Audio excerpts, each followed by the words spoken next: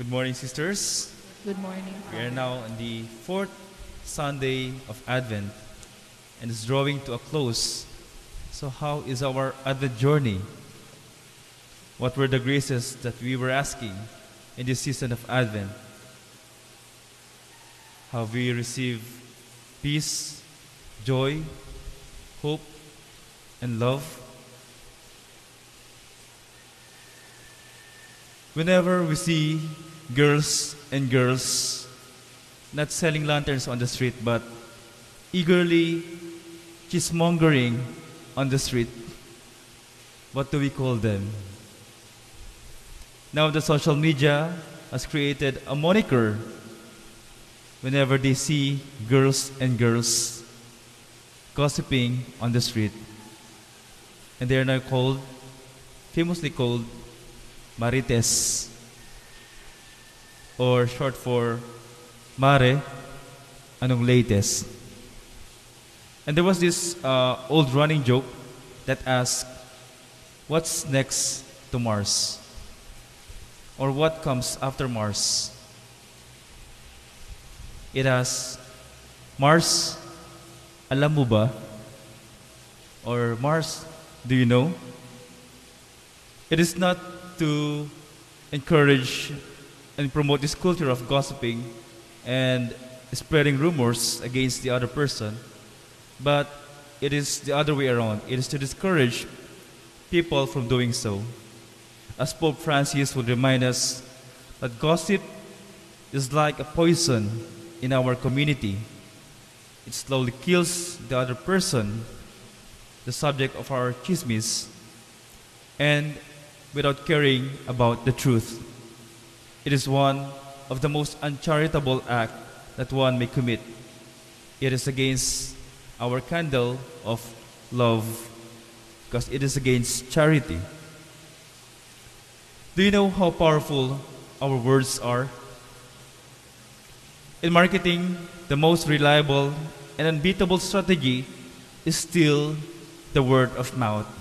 It is when I buy something or I have experienced something and then I will tell the other person about my experience or about my review about the product, and that product and my review will be the most credible thing to the other person.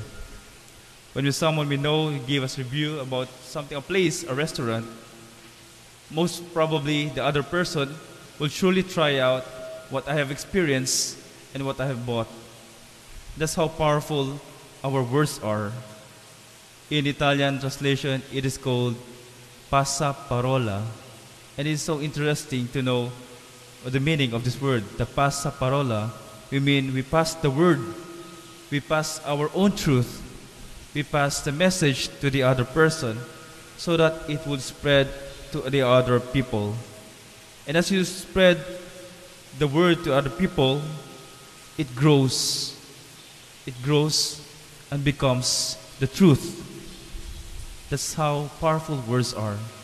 Our words can be the truth. And so whenever we spread lies or rumors, it can grow and become the truth. And as we say, lies and rumors retold 1,000 times become a truth. So yung mga ating chismis o yung mga sinungalingan, kapag paulit-ulit natin siyang sinasabi, ay nagiging katotohanan.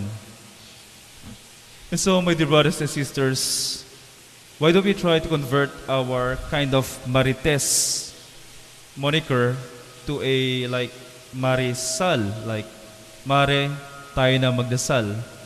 Friend, let us go to the church or let us go to prayer. And in this way, we will be able to promote more of our Christian life and lead other people to God, closer to God. And perhaps we may be able to bring God to their lives. Today's gospel also portrays the meeting of two women, Mary and Elizabeth. And in fact, it is one of my favorite mysteries in the joyful mystery of the Holy Rosary. It is the visitation of Mary to her cousin Elizabeth. And our gospel today narrates the very encounter of Mary and Elizabeth. The moment Mary greeted Elizabeth, and also it became the basis of our Marian prayer, Elizabeth's greeting. Blessed are you among women, and blessed is the fruit of her womb. When Mary learned that her cousin Elizabeth to receive a revelation from God, a gift from the Lord, Mary went in haste. In haste, in eagerness, with a sense of urgency. But we ask, why? Why did Mary went in haste to Elizabeth? Perhaps some of us may have thought, perhaps it is way of Mary's proving if what was said by the angel is true. Perhaps a way to relieve her doubts. It is a way for her to really verify if indeed what happened to Elizabeth is true. If indeed Elizabeth conceived even in her old age. But as I ponder deeper and bring this scene to prayer, perhaps there are mysteries in our life. There are mysteries that are happening in our life. There are God's plan in our lives that sometimes are not easy to understand. May mga plano yung Diyos o may nangyayari sa ating buhay na minsan mahirap maintindihan. And so, here are these two women not trying to prove their doubts, but trying to unravel the mysteries that are happening to them. They are trying to unfold in themselves, trying to understand the mysteries and the gift, the graces that are happening to them that they have received from God. It is a moment of rejoicing, of celebrating that gift and unraveling the mysteries they have received from the Lord. Isang tagpo ng dalawang babae upang palalimin ang kanilang pagmamahal sa misteryo na nagaganap at natanggap nila mula sa Diyos. And this is the reality of our Christian life. In order for us to deepen our understanding of God, sometimes we need a companion. We need each other. We need the church. That's why sometimes, and oftentimes, I've been hearing from my friends that they're saying, Father, I do believe in God, though I do not frequent the church.